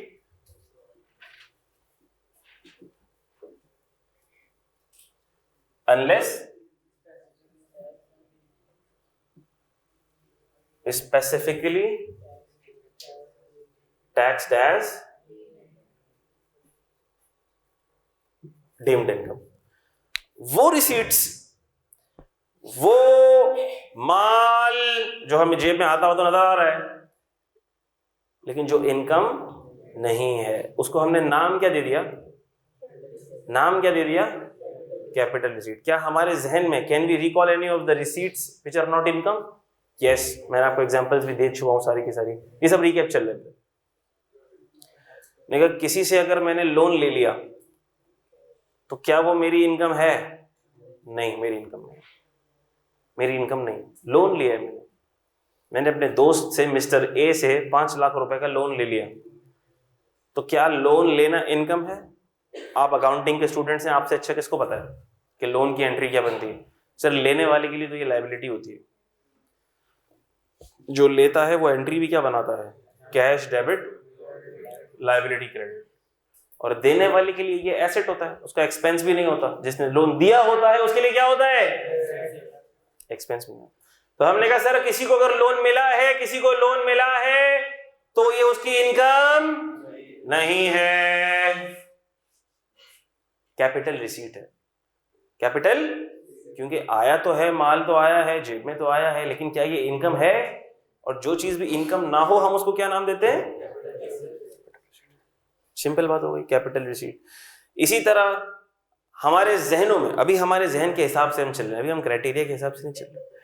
इसी तरह मिसाल मैंने क्या दी थी आपको? इनहेरिटेंस की अमाउंट। इनहेरिटेंस की अमाउंट, इनहेरिटेंस की अमाउंट किसी के पास आ गई, ठीक है, विरासत मिल गई किसी को, अल्लाह ना करे किसी के वालिदैन का इंतकाल हो गया, उसको इनहेरिटेंस की अमाउंट मिल गई, तो क्या ये इनकम है? हम बोलेंगे इसने इनकम अर्न की है। नहीं नहीं सर, इनकम कैसे अर्न की है? उसने खुद थोड़ी कमाए पैसे। और दूसरी बात ये तो इनहेरिटेंस में उसको पैसे मिले, तो ये इनकम, ये रेवेन्यू रिसीट नहीं है, ये इनकम नहीं है, ये रेवेन्यू रिसीट नहीं है, ये क्या है? Capital receipt. अभी हम उन एग्जांपल्स पर गौर कर रहे हैं जो हमारे आसपास के इर्द गिर्द की एग्जांपल्स हैं, जिसको हम भी वाकई में इनकम नहीं मानते, ठीक है, वो कैपिटल रिसीट है। Unless specifically taxed as deemed income. लेकिन अगर कोई कैपिटल रिसीट ऐसी हो, कोई कैपिटल रिसीट ऐसी हो जो हो तो कैपिटल रिसीट, हमारा दिमाग भी कह रहा है कि क्या है? कैपिटल रिसीट, इनकम नहीं है, लेकिन लॉ कहते हैं कि भैया इसको हम टैक्स करेंगे, इसको हम तुम्हारी इनकम बनाएंगे और टैक्स करेंगे, तो फिर वो क्या बन जाएगी? इनकम बन जाएगी। फिर वो क्या बन जाएगी? इनकम बन जाएगी। फिर वो रेवेन्यू रिसीट बन जाएगी, जबरदस्ती की रेवेन्यू रिसीट बन जाएगी। इसका मतलब लॉ के पास अल्टीमेट पावर है। किसके पास पावर है? लॉ चाहे तो जिसको एग्जेम्प्ट कर दे, एग्जेम्प्ट हो जाएगी, जो अमाउंट एग्जेम्प्ट कर दे एग्जेम्प्ट हो जाएगी। और लॉ के पास पावर है कि अगर कोई चीज इनकम नहीं है उसको क्या कर दे? इनकम बना दे, और इनकम बना के क्या कर दे? टैक्स कर दे। तो हम सर फिर लॉ के पाबंद है, क्योंकि हमने पढ़ना ही लॉ है, हमें तो पढ़ना ही टैक्स है। ठीक हो गई बात। और उसकी मैंने आपको एग्जांपल दी थी, क्या क्या एग्जांपल दी थी जरा बताओ। हाँ, मैंने कहा था लॉ कहता है, इसको हम डिटेल में हर चीज जिसकी मैं आपको एग्जांपल दे रहा हूं ना, वो हर हेड ऑफ इनकम में जब हम डिटेल्स पढ़ रहे होंगे ना वो चीज आ जाएगी। अभी मैं आपको सिर्फ हाइलाइट्स दे सकता हूं। तो मैंने आपको बताया कि ऐसा कोई लोन जो रिसीव हो और वो कैश में रिसीव हो, किस में रिसीव हो? कैश में रिसीव हो, वो बैंकिंग चैनल से रिसीव ना हो, वो बैंक के थ्रू रिसीव ना हो, वो चेक के थ्रू रिसीव ना हो, तो फिर जिसने लिया होगा हम बोलेंगे ये इसकी इनकम बन गई। बात समझ आ रही है? इसी तरह मैंने एक और एग्जांपल दी थी, unadjustable security deposit. Security deposit received from tenant. Tenant से जो सिक्योरिटी डिपॉजिट रिसीव होता है, अभी हमारा आम मुशाहिदा है कि कोई भी प्रॉपर्टी जब किसी को रेंट पे दी जाती है, टेनेंट को, लैंडलॉर्ड हूं मिसाल के तौर पर, मैं लैंडलॉर्ड हूं, मेरा एक फ्लैट है, मैंने मिस्टर ए को वो प्रॉपर्टी, वो फ्लैट रेंट पे देना है, वो मेरा टेनेंट है, मैं लैंडलॉर्ड हूं, तो मैं उस टेनेंट से क्या लूंगा? एक तो मंथली रेंट लूंगा मैं उससे, फिर मैं उसको बोलूंगा भैया आपको एक सिक्योरिटी डिपॉजिट भी देना पड़ेगा 5 लाख रुपए का, वो सिक्योरिटी डिपॉजिट मेरे पास सेफ रहेगा, जब आप छोड़ के जाओगे मैं आपको रिटर्न करूंगा। वो एज अ सिक्योरिटी लिया जाता है कि मेरी प्रॉपर्टी को खराब ना कर दे, तोड़ फोड़ ना कर दे, कुछ नुकसान ना कर दे। अगर हो तो मेरे पास एक सिक्योरिटी डिपॉजिट के तौर पर अमाउंट पड़ा हुआ हो, जब वो टेनेंट जा रहा होगा वापस, मैं उसको वापस कर दूंगा, भाई मैं उसको इस्तेमाल नहीं कर रहा हूं। तो क्या ये अकाउंटिंग पर्सपेक्टिव से मेरी इनकम है? अकाउंटिंग पर्सपेक्टिव से क्या ये मेरी इनकम है? हमने कहा बिल्कुल भी मेरी इनकम नहीं है। क्यों नहीं है? मैंने एक पैसा रिसीव कर लिया है, मुझे जो 5 साल बाद, 6 साल बाद, 10 साल बाद जब भी वो टेनेंट जाएगा मैंने उसको रिटर्न करना है। तो मेरे पास मेरी पर्सनल बैलेंस शीट के अंदर this will be classified as liability. Liability, long term security deposit liability के सेक्शन में आता है। याद हो अगर आपको, अकाउंटिंग की यादें अगर ताज़ा हो तो ये लायबिलिटी के सेक्शन में आता है। लॉन्ग टर्म सिक्योरिटी डिपॉजिट तुम्हें लायबिलिटी है, मेरी इनकम तो नहीं है। लेकिन लॉ क्या बोलेगा? जब हम पढ़ेंगे सेक्शन 15-16 पढ़ेंगे इनकम फ्रॉम प्रॉपर्टी का, तो लॉ ये बोलेगा कि आपने ये जो सिक्योरिटी डिपॉजिट रिसीव किया है इसे आप इनकम बनाओ और इस पर हमें टैक्स भी दो। कैसे करना है वो मैं नहीं बताऊंगा, वो ट्रीटमेंट नहीं बताऊंगा। अभी इतना पता है कि ये इनकम में जाएगा और इस पर क्या भी लगेगा? टैक्स भी लगेगा। वो कि ये मेरी इनकम नहीं है, लेकिन फिर भी इस पर टैक्स लगेगा, इसको इनकम बनाना पड़ेगा। क्या ये बातें आपको समझ आती हैं? कैपिटल रिसीट की बातें हो गई थी। फिर मैंने आपको ये कहा था कि इसको क्लासिफाई कर दो। ये मोटे मोटे कॉन्सेप्ट हो गए, लेकिन अभी हमने जितनी भी बातें पढ़ी, जितनी भी एग्जांपल्स पढ़ी, ये तो हमने अभी अपने एग्जिस्टिंग नॉलेज और एग्जिस्टिंग मुशाहिदात की बेसिस के ऊपर आइडेंटिफाई करी ना। फिर हम देखते हैं कि इसका क्राइटेरिया इस्टेब्लिश कैसे होगा, जनरल फ्रेमवर्क कैसे इस्टेब्लिश होगा, क्राइटेरिया की बेसिस पर हम कैसे आइडेंटिफाई करेंगे कि ये रिसीट इनकम है और ये रिसीट इनकम नहीं है। ये आइडेंटिफाई करना बड़ा जरूरी है। वजह, अगर हम ये आइडेंटिफाई नहीं करेंगे तो टैक्स लगाना मुश्किल हो जाएगा। जैसे मैंने आपको एक एग्जांपल दी थी, बहुत इंटरेस्टिंग एग्जांपल थी कि अगर कोई बंदा अपना पर्सनल सेल फोन सेल कर रहा है और उसके ऊपर वो इनकम भी अर्न कर रहा है, तो क्या वो टैक्स होगा? उसके ऊपर टैक्स नहीं लगेगा। अगर कोई अपनी पर्सनल कार सेल कर रहा है, ली थी उसने 30 लाख रुपए की, सेल वो कर रहा है 45 लाख रुपए की, 15 लाख का तो गेना गया ना उसको। क्या इस 15 लाख के गेन पर टैक्स लगेगा? नहीं लगेगा। आओ देखते हैं वो क्या क्राइटेरिया है कि जिसकी बेसिस पर हम ये कहते हैं कि टैक्स लगेगा, टैक्स नहीं लगेगा, इनकम होगी, इनकम नहीं होगी।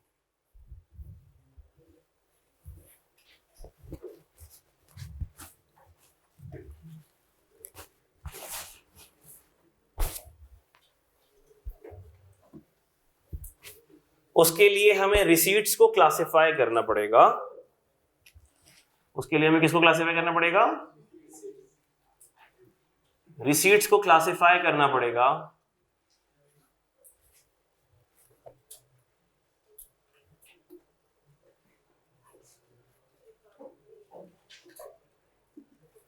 विद एक्टिविटी में और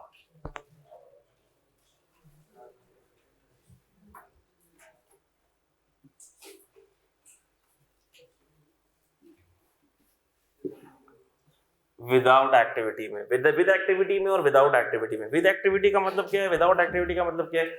विद एक्टिविटी का मतलब यह है कि उस माल को हासिल करने के लिए, उस पैसे को हासिल करने के लिए आपने कुछ हरकत की है और हरकत में अल्लाह पाक ने बरकत डाल दी, यानी कुछ एफर्ट्स की, कुछ खून पसीना बहाया, कुछ मेहनत की, तो उसको हम एक्टिविटी बोलते हैं। ठीक है, विद एक्टिविटी। और विदाउट एक्टिविटी से मुराद क्या? जिसके लिए आपने कोई हरकत नहीं करी लेकिन फिर भी बरकत हो गई, वो विदाउट एक्टिविटी। ऐसे ही बस समझाने के लिए, अभी इसके ऊपर डिटेल में भी बात होगी। विदाउट एक्टिविटी में क्या आ जाएगा? Pocket money. 100 के वक्त गुजार दिया आपने तो भी आपको पॉकेट मनी महीने के आखिर में मिल जाती है। उसके लिए कुछ एक्टिविटी की आपने, उसके लिए कुछ एक्टिविटी नहीं करी। सही है? अच्छा, आ जाओ विद एक्टिविटी पे पहले बात कर लेते हैं। विद एक्टिविटी,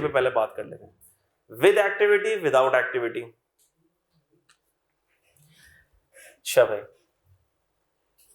इसमें भी दो चीजें आएंगी आपके पास, income generating activity,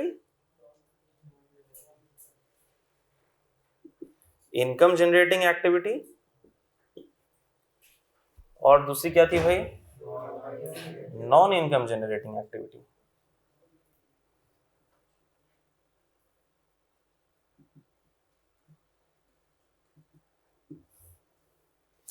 income generating activity का मतलब क्या है? हमने कहा सर वो एक्टिविटी, वो कोशिश, वो एफर्ट, वो भाग दौड़, वो खून पसीना जो हमने बहाया खास तौर पर इनकम जनरेट करने के लिए, हमारी नीयत ही ये थी कि हमने क्या कमाना है? माल कमाना, इनकम कमानी, इनकम जनरेटिंग एक्टिविटी। तो हमने इस इंटेंशन से ही ये एक्टिविटी परफॉर्म की थी कि हम क्या कमाएंगे? माल कमाएंगे। बात समझ आ रही? उसको कहते हैं इनकम जनरेटिंग एक्टिविटी। तो इसमें टेस्ट क्या है? असल इंटेंशन की क्या है इसके अंदर?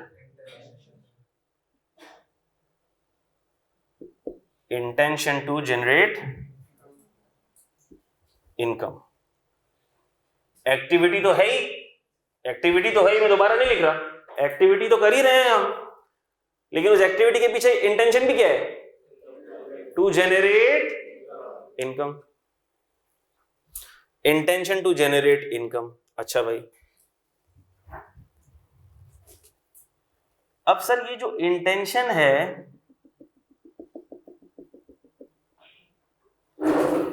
ये तो दिलों का सौदा है, और दिलों का हाल तो सिर्फ कौन जानता है? अल्लाह जानता है। तो क्या ऐसा हो सकता है कि मैंने कुछ पैसे तो जनरेट कर लिए, और जब टैक्स वाला मेरे पास टैक्स लेने के लिए आया तो मैं उसको बोल दूं भैया मेरी इंटेंशन थोड़ी थी इनकम जनरेट करने की, हो गई अल्लाह की देन, अल्लाह पाक ने दे दिए पैसे, तुमको क्या मसला है? मेरी इंटेंशन तो नहीं थी इनकम जनरेट करने की। दिलों के हाल तो अल्लाह जानता है। तो क्या मैं इस तरह से टोपी करा सकता हूं उसको? हमने कहा नहीं, इतना आसान नहीं है।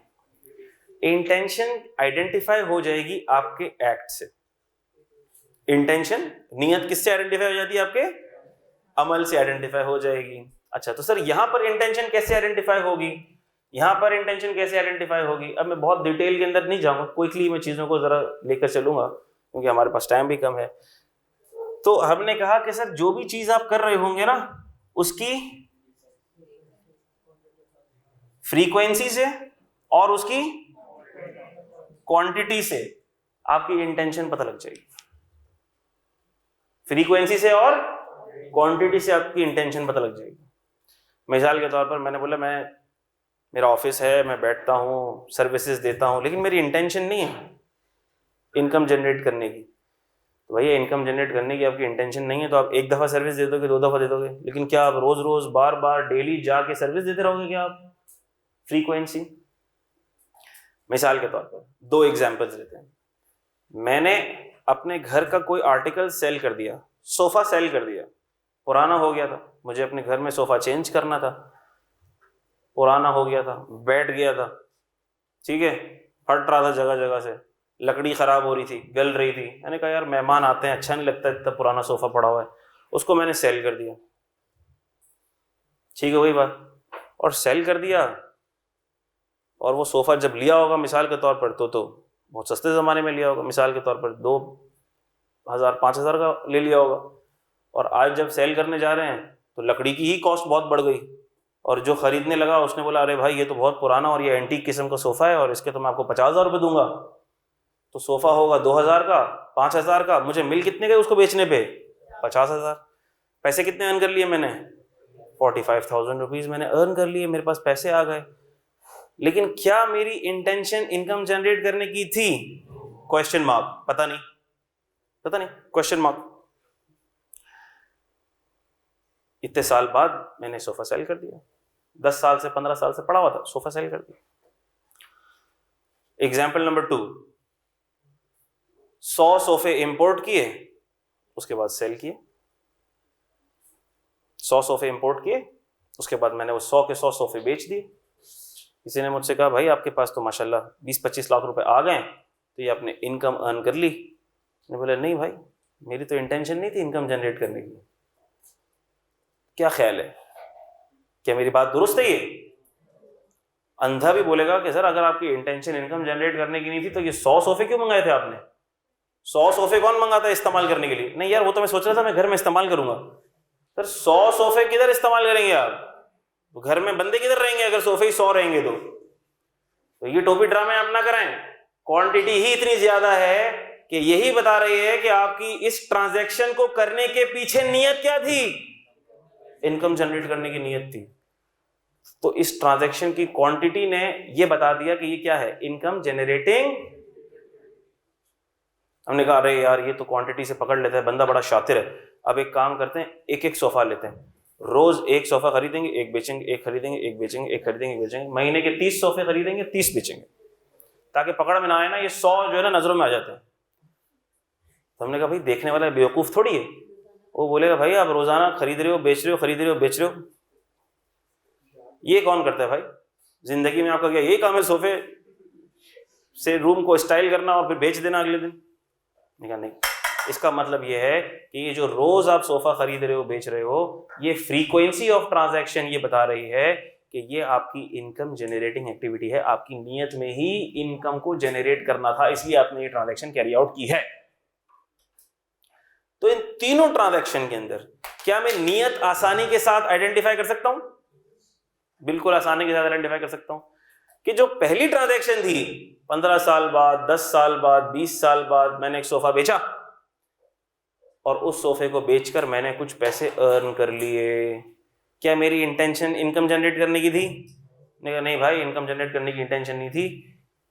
अम्मा बेगम रोज कह रही थी रूम भद्दा लग रहा है, बुरा लग रहा है, सोफा इसको निकालो, नया सोफा लाओ। इनकम आती कि नहीं आती उस वक्त मुझे मैटर नहीं करती थी। पैसे भेज दिए अल्लाह पाक ने पैसे भेज दिए। मेरी इंटेंशन इनकम जनरेट करने की नहीं थी। हाँ, एक्टिविटी तो थी, जिसको बेचना है उसको तलाश करना, उससे रेट निगोशिएट करना, फिर सोफे को ट्रांसफर करवाना। हाँ, एक्टिविटी तो इन्वॉल्व थी, लेकिन ये कोई इनकम जनरेटिंग एक्टिविटी नहीं थी कि आपकी इंटेंशन हो इनकम जनरेट होने की। हाँ, लेकिन हो गई, इनकम जनरेट हो गई, तो ये टैक्सेबल नहीं होगी। ठीक होगी बात? इसको मैं लिख भी लेता हूं। अब इसी के ऊपर आप गाड़ी की एग्जांपल फिट कर दो, सोफे के ऊपर गाड़ी की एग्जांपल फिट कर दो। मेरी पुरानी गाड़ी है, मिसाल ले रहा हूं मैं, 10 साल से मैं गाड़ी इस्तेमाल कर रहा हूं, 4 साल से इस्तेमाल कर रहा हूं, 2 साल से भी कर रहा हूं। गाड़ी है ना, यूज के लिए ली हुई है मैंने। किसके लिए ली हुई है? पर्सनल यूज के लिए ली हुई है। मेरा ये काम तो नहीं है कि मैं रोज गाड़ी को बेचता रहूं, खरीदता रहूं, बेचता रहूं, खरीदता रहूं। चेंज करनी है मुझे गाड़ी, अब भाई चेंज करनी है, नए मॉडल की गाड़ी लेनी है, या घर के पैसेंजर ज्यादा हो गए भाई, इसके अंदर फंस के समा रहे हैं, नई गाड़ी ले लेते हैं। अच्छा भाई, तो क्या गाड़ी को बेचने की इंटेंशन इनकम जनरेट करना थी? नहीं, इनकम जनरेट करना नहीं थी। मेरा पर्सनल एसेट मैं सेल कर रहा हूं। सुनो, मेरा पर्सनल एसेट मैं सेल कर रहा हूं, और पर्सनल एसेट के पीछे इंटेंशन इनकम जनरेट करने की आमतौर पर नहीं होती। ठीक है, तो अब अगर मैंने गाड़ी को सेल करके इनकम अर्न भी कर ली है तो ये टैक्सेबल नहीं होगी, ये रेवेन्यू रिसीट नहीं कहलाएगी। ये क्या कहलाएगी? कैपिटल रिसीट कहलाएगी। सेलफोन, इसी क्राइटेरिया पर इसको अप्लाई करो। सेलफोन, मैंने सेलफोन लिया, 1 साल चलाया, 1.5 साल चलाया, 2 साल चलाया, मैंने कहा अब चेंज करता हूं, मेमोरी इसकी लो हो गई है, प्रोसेसर इसका स्लो हो गया है, नया फोन लेता हूं, ज्यादा स्टोरेज वाला, सैमसंग नोट ले लेता हूं, लिख भी सकूं, स्टूडेंट्स की कॉपीज चेक कर सकूं। मिसाल ले रहा हूं, पुराना वाला सेट बेच दिया। अब पुराना वाला सेट, वैसे तो मिसाल ले रहा हूं मैं, पुराना वाला सेट तो सर बहुत सस्ता बिकेगा, लेकिन ऐसे ही मैंने क्लास में ऐसे आप लोगों ने तस्करा कर दिया, यार बेच रहा हूं मैं, निकाल रहा हूं, सर आप कितने का बेचेंगे? हम लेंगे सर, ऑक्शन लग गया इधर, सर आपका फोन हम ही लेंगे सर। तो ठीक है भाई, बहुत सारे इंटरेस्टेड लोग हैं, अब बोली लगेगी भाई ऐसे तो नहीं दूंगा मैं। ठीक है, तो मिसाल के तौर पर मेरा 50,000 रुपए का फोन था और बोली लगते लगते 80,000 का बिक गया। तो अब ये 30,000 रुपए मेरे पास आ तो गए, पैसे तो आ गए मेरे पास, लेकिन क्या इस फोन को बेचने के पीछे मेरी इनकम जनरेट करने की नीयत थी? आप कहेंगे सर शुरू में तो नहीं थी, लेकिन बाद में लालच आ गई थी। सही है ना, वो तो दिलों के हाल तो अल्लाह जानता है भाई। लेकिन इनकम जनरेट करने की इंटेंशन नहीं थी मेरी। ठीक हो गई बात? लेकिन पैसे जनरेट हो गए, पर्सनल एसेट था, सेल कर दिया, पैसे जनरेट हो गए, इनकम जनरेट हो गई। तो क्या ये टैक्सेबल होगी? नहीं, ये कैपिटल रिसीट होगी। ये क्या होगी? और जिसमें मेरी इंटेंशन है टू जनरेट इनकम, वो होगी रेवेन्यू रिसीट। इसकी क्या एग्जांपल्स दी मैंने आपको? एक तो मैंने आपको सोफे की एग्जांपल दे दी, इसके अलावा आप कोई भी एग्जांपल फिट कर लो, गाड़ी की एग्जांपल फिट कर लो। भाई मैंने पर्सनल एसेट अगर गाड़ी बेची 1.5 साल बाद 2 साल बाद, मेरा काम नहीं है गाड़ियां बेचना, तो मुझे गेन हो गया, तो ये कैपिटल रिसीट होगी। लेकिन मिसाल के तौर पर मैं रोज एक गाड़ी खरीदता हूं, फिर एक बेचता हूं, एक गाड़ी खरीदता हूं बेचता हूं, महीने की 15 गाड़ियां बेचता हूं और मेरी उससे इनकम आ रही है, तो क्या ये इंटेंशन है या इंटेंशन नहीं है? है। और सर बार बार गाड़ियां बेच रहे हैं आप, इसका मतलब कि ये आपका काम धंधा है, ये आपकी इंटेंशन है, इसमें है ही आपकी कि आप इससे इनकम जनरेट करें, तो ये आपकी इनकम जनरेटिंग एक्टिविटी हो गई। और जब इनकम जनरेटिंग एक्टिविटी से आप इनकम जनरेट करेंगे तो ये रेवेन्यू रिसीट है। Are you getting this? तो फ्रीक्वेंसी और क्वांटिटी को देखा जाएगा, फ्रीक्वेंसी और क्वांटिटी को देखा जाएगा। एग्जाम्पल क्या? Cell purchase of, cell purchase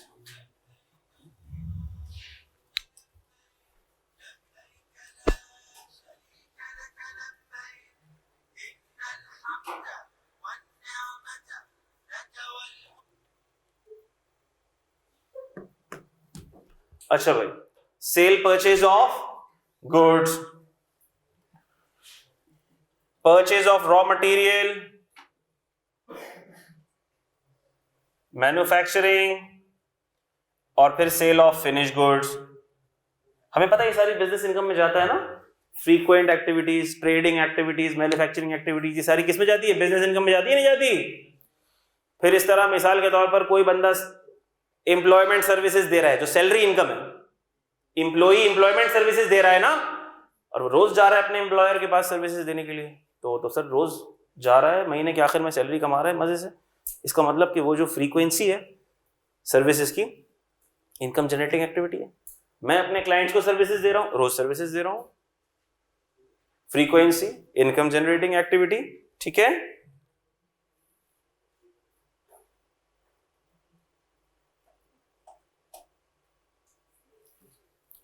चलो बहुत अच्छी बात हो गई। एक्सेप्शन, इसकी क्या है?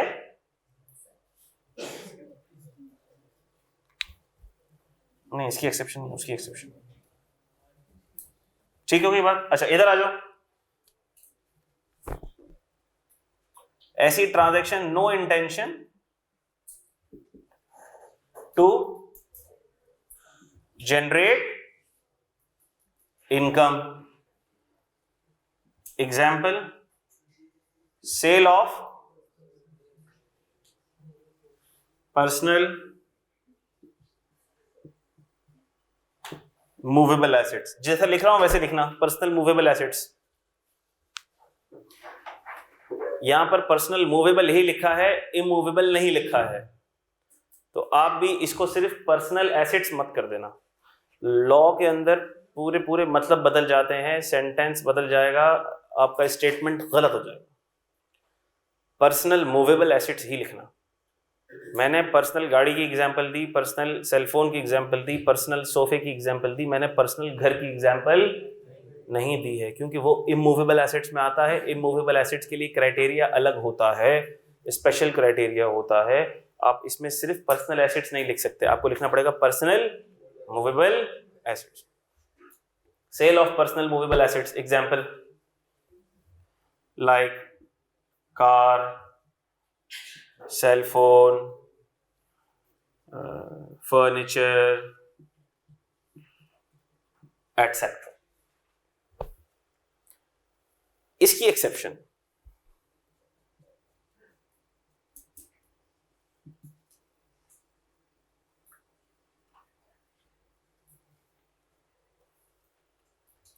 क्या एक्सेप्शन है?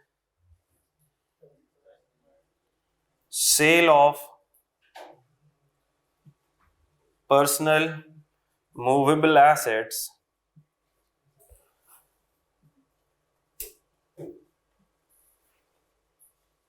specified under section 38 subsection 5। सही है? क्या मतलब हुआ इसका? हमने कहा कोई भी पर्सनल एसेट आप सेल करो, कोई मसले की बात नहीं है, उस पर गेन आ गया, टैक्सेबल। और मैंने आपको ये बताया कि कितनी कॉमन मिसकंसेप्शन है, कितने आपके जो अब आप कभी पूछिएगा किसी के अब्बू ने या किसी के रिश्तेदार ने कोई ऐसी चीज सेल की हो, गाड़ी सेल की हो, गाड़ी लोग सेल करते हैं, हमने कितने ऐसे देखे हैं लोग, उनके टैक्स कंसल्टेंट्स गाड़ी के ऊपर आने वाले गेन को टैक्सेबल कर रहे होते हैं।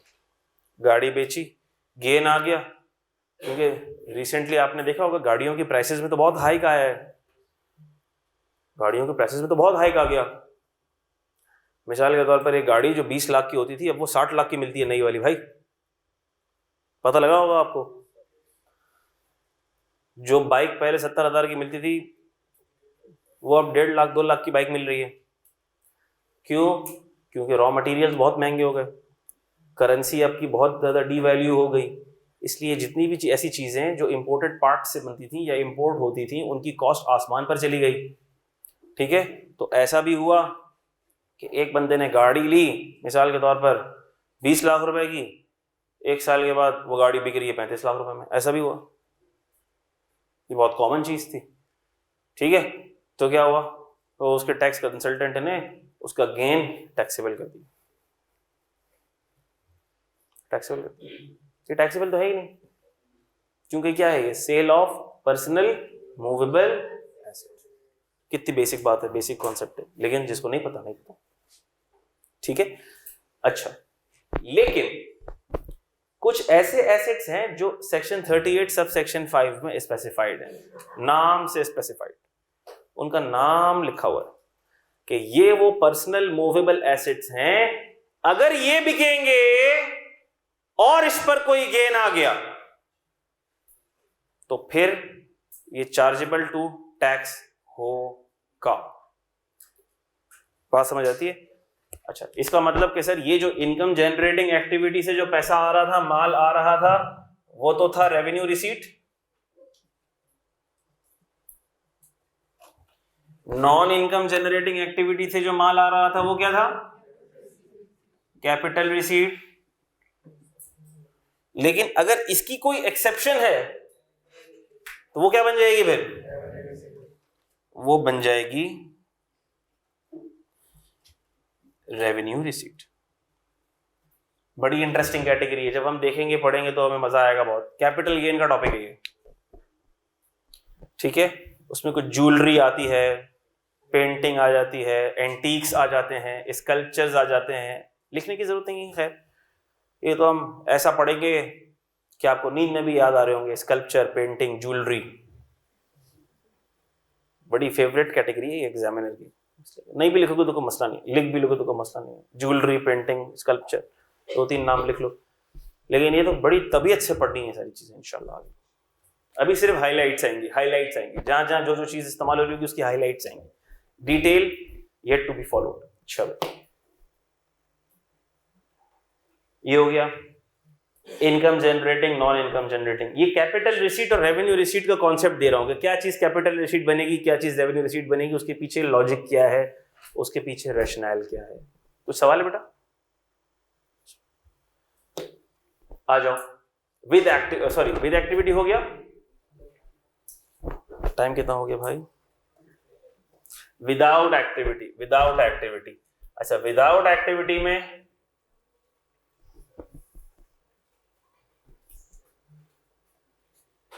on voluntary basis,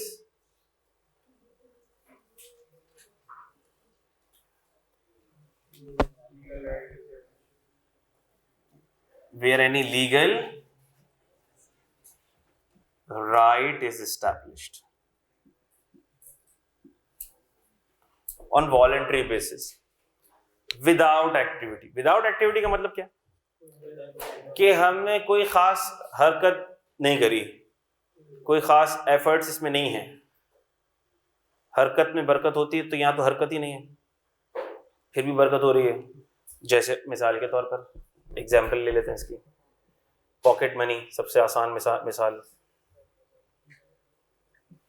तो ये वो पैसे हैं जो आपकी हरामखोरी पे आपको मिल रहे हैं। ठीक है, नहीं पढ़ रहे हो तब भी मिल रहे हैं, बैठे हुए हो घर पे सो रहे हो तब भी मिल रहे हैं। ठीक हो गई बात। तो फिर आगे से इसका कोई काउंटर आर्ग्यूमेंट ये दे सकता है, तो सर ये तो इतने मिलते भी नहीं है कि इस पर आप टैक्स लगाएं, और मिलते भी बड़े जलील होके हैं बातें सुन के। तो हमने कहा उस पर भी अल्लाह का शुक्र अदा हो, मिल तो रहे हैं, हरकतें तो आपकी ऐसी हैं कि ना मिलें, ठीक है। खैर, पॉकेट मनी इसी तरह, गिफ्ट रिसीव्ड। अब गिफ्ट मुख्तलिफ जगहों पे रिसीव हो सकते हैं, किसी की बर्थडे पार्टी हो गई तो उसको गिफ्ट मिल सकता है, ठीक है। अब उसके ऊपर आगे से आर्ग्यूमेंट ये आ सकता है कि सर बर्थडे पार्टी अरेंज करने में कितनी एफर्ट लगती है, आपको पता है? विदाउट एक्टिविटी में आप बोल रहे हैं, उसके लिए एफर्ट लगती है, केटरिंग वाले को ऑर्डर देना पड़ता है, बिरयानी बनानी पड़ती है, केक लेना पड़ता है, उसके लिए एफर्ट्स लगती हैं, तब जाके 2-4 मेहमान मुश्किल से गिफ्ट लेकर आते हैं, बाकी तो लेके भी नहीं आते। तो एक्टिविटी तो है। हमने कहा भैया ये एक्टिविटी वगैरह नहीं है, आप ये नहीं कह सकते किसी मेहमान को कि चूंकि हमने बहुत मेहनत करी है तो गिफ्ट के बगैर आपका दाखिला मना है। वॉलंटरी बेसिस पर है, जो लाना चाहे लाए, जो ना लाना चाहे ना लाए, भाई ये वॉलंटरी बेसिस के ऊपर है, इसमें कोई कंपल्शन नहीं है, ठीक है। वहां पर कंपल्शन है, आप बोलोगे मैंने ये एक्टिविटी की है, मैंने आपको गुड्स प्रोवाइड किए हैं, मैंने आपको सर्विसेज दी हैं, आप मुझे इसके अगेंस्ट पैसे दो भाई, वहां पे तो कंपल्शन आएगी, वहां पे तो ऑब्लिगेशन इस्टेब्लिश होगी। लेकिन यहां पर कोई ऑब्लिगेशन काउंटर पार्टी की इस्टेब्लिश नहीं होगी। बात समझ आ रही है? इसी तरह से मिसाल के तौर पर आपने कैफ क्वालिफाई कर लिया, आपको गिफ्ट मिल रहे हैं, आप बोलोगे सर विदाउट एक्टिविटी, ये तो आपने गाली दे दी, कैफ में इतनी मेहनत हमने की और आप कह रहे हैं विदाउट एक्टिविटी। तो हमने कहा भाई ये आपने अपने लिए की है एक्टिविटी, सामने वाली काउंटर पार्टी पे कोई एहसान नहीं किया आपने। बात समझ आ रही है आपको? कोई एक्टिविटी करके आपने किसी को कोई फायदा नहीं पहुंचाया है, या आपने अपने आप को ही फायदा पहुंचाया है जिसका बाद में आपको फल मिलेगा, तो ज्यादा परेशान होने की जरूरत नहीं है। ये भी विदाउट एक्टिविटी ही है, गिफ्ट रिसीव्ड, ठीक है। इसी तरह किसी को वेडिंग सेरेमनी पे कोई गिफ्ट मिल रहा है, मैंने आपको बताया था, इसकी एग्जांपल दी थी, एनवेलप्स मिल रहे हैं, लिफाफे मिल रहे हैं, ठीक है भाई, कीमती चीजें मिल रही हैं, गिफ्ट रिसीव हो रहे हैं, वॉलंटरी बेसिस के ऊपर हो रहे हैं। और आपको ये बात भी पता होगी कि मिसाल के तौर पर ऐसी महंगी शादियां भी होती हैं जहां पर सारे के सारे मेहमान 5-5 हज़ार से कम के लिफाफे नहीं लेके आते, 5,000 10,000, बात समझ आ रही है? तो हो सकता है कि इकट्ठा करके मिला जुलू के कोई 8-10 लाख रुपए की अमाउंट बन जाए भाई, तो क्या ये टैक्स होगी? क्वेश्चन मार्क, मैंने बताया नहीं अभी टैक्स होगी नहीं होगी, ठीक है। लेकिन अभी मैंने इसको जिधर डाला है, जिस कैटेगरी में वॉलंटरी बेसिस विदाउट एक्टिविटी के अंदर, ये कैटेगरी है कैपिटल रिसीट वाली, यानी कि यहां जो चीजें आ रही हैं वो क्या होंगी? इनकम नहीं होंगी, क्योंकि इसके अंदर आपकी कोई हरकत नहीं हो रही है। भले बरकत हो रही है लेकिन हरकत तो वैसे है ही नहीं। तो जिधर हरकत ही नहीं है उधर तो हमने बोला ये क्या है? Capital receipt. क्या बात समझ आ गई आपको? पॉकेट मनी, गिफ्ट रिसीव्ड, ठीक है।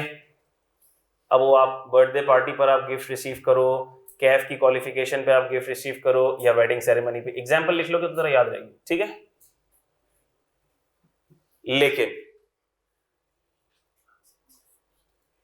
लेकिन इसकी एक एक्सेप्शन है,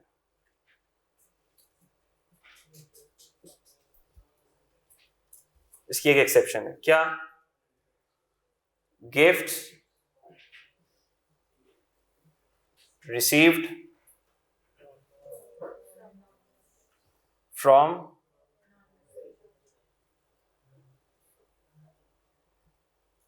नॉन रिलेटिव्स।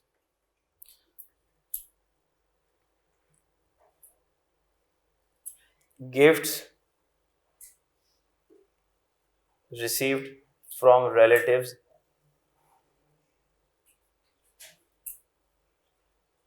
in cash।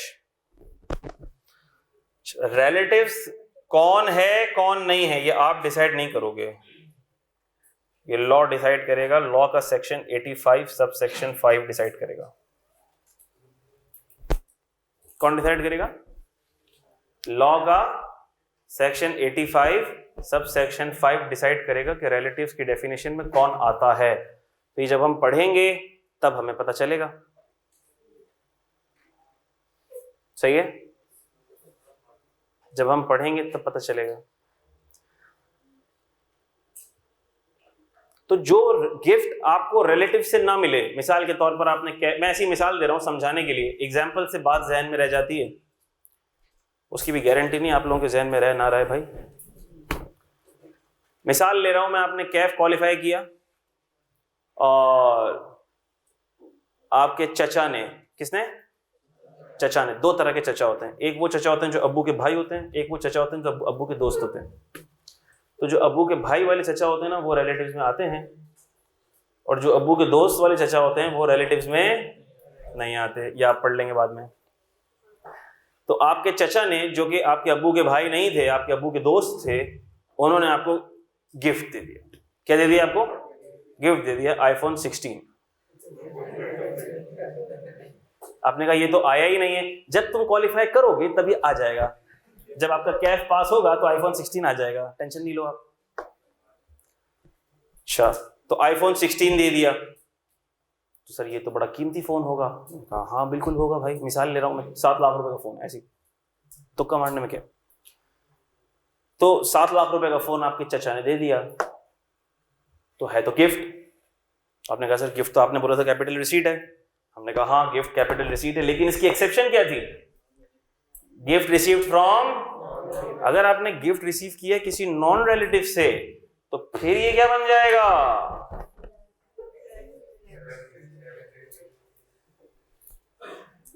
फिर ये इनकम बन जाएगी, फिर ये टैक्स होगी माजरत के साथ। ठीक है। और इसी तरह अगले वाले की भी एक एग्जांपल दे देता हूं मैं, डिटेल में तो बाद में बात होगी। Gift received from relatives in cash. मिसाल के तौर पर आपने सीए क्वालिफाई किया और आपके अब्बा ने खुश होकर आपको 5-5 हजार के 2 पैकेट उनकी जेब में पड़े हुए थे, तो उन्होंने बोला भाई बेटा ये तेरा गिफ्ट है। अब भाई एक पैकेट क्यों, दूसरी जेब वाला पैकेट वो किस काम का है? अच्छा भाई ये भी तू ले ले। 5-5 हजार के 2 पैकेट, 10 लाख रुपए आपके पास आ गए, 5 लाख 5 लाख। लेकिन किस में आए हैं? बैंकिंग चैनल के थ्रू आए हैं, कैश के थ्रू आए हैं। लेकिन सर आपने कहा था कि अगर गिफ्ट रिसीव होगा तो कैपिटल रिसीट होगा। हमने कहा हमने आपको एक्सेप्शन भी तो बताई थी कि gift received from relatives in cash. तो ये फिर क्या बन जाएगी? रेवेन्यू रिसीट बन जाएगी, यानी कि ये आपकी इनकम बन जाएगी, यानी कि इस पर आपको टैक्स देना पड़ेगा। क्या ये बात याद रहेगी? क्या ये वाली चीज को कल करें? ठीक है, कल इंशाल्लाह ताला 10 बजे, पूरे 11:30 हो चुके हैं, तो आपको थोड़ा सा 5-10 मिनट का ब्रेक मिल जाए अगली क्लास से पहले। कल इंशाल्लाह ठीक 10 बजे। अच्छा भाई, टाइम की पाबंदी करेंगे सारे साथी, सारे स्टूडेंट्स प्लीज बेटा, टाइम की पाबंदी होगी। प्लीज 10 बजे डॉट आप लोग इधर बैठ जाए। क्या बात समझ आती? इंशाल्लाह कल मुलाकात होती है आप लोगों से 10 बजे। Thank you so very much. May Allah bless you all. Take care a lot. Allah Hafiz.